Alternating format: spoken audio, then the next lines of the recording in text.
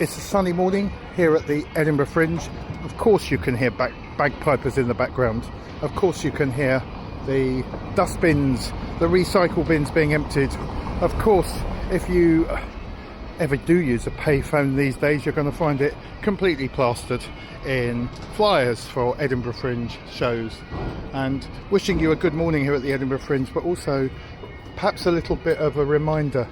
An earlier video I talked about well-being and how important it was to pay attention to your well-being, and today I want to talk about the rather bizarre concept of irritation. How could you possibly be irritated when you're so privileged to be up at the world's largest arts festival?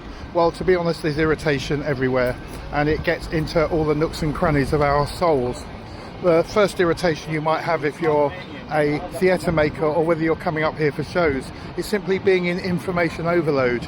And the first thing that you can do is to clear your head. And if you haven't done that this morning and you're out and about and you're rushing about, the first thing to do is what I'm about to do, which is to find a cafe, is to sit down and order a cup of tea, which is not a cheap thing necessarily, the Edinburgh Fringe, so make it last. But just sit down and don't put anything in front of you.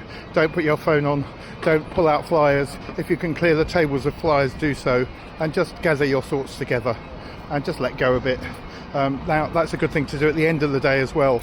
And just as you arrive in your bed and you're a theatre maker at the Edinburgh Fringe, the temptation, of course, is to have that phone by your bed as your surrogate alarm clock.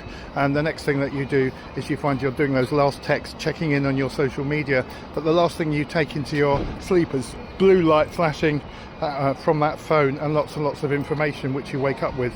And we carry it into the morning, and then we add more and more information, and we don't actually process any of it. So this is just an invitation to get to the root cause of what can be irritation, that sense of something's not quite finished, there's something else to do, I've got too much going on in my head, there are questions unanswered, and that is best resolved by trying to get a little bit out of this noise and to find somewhere quiet.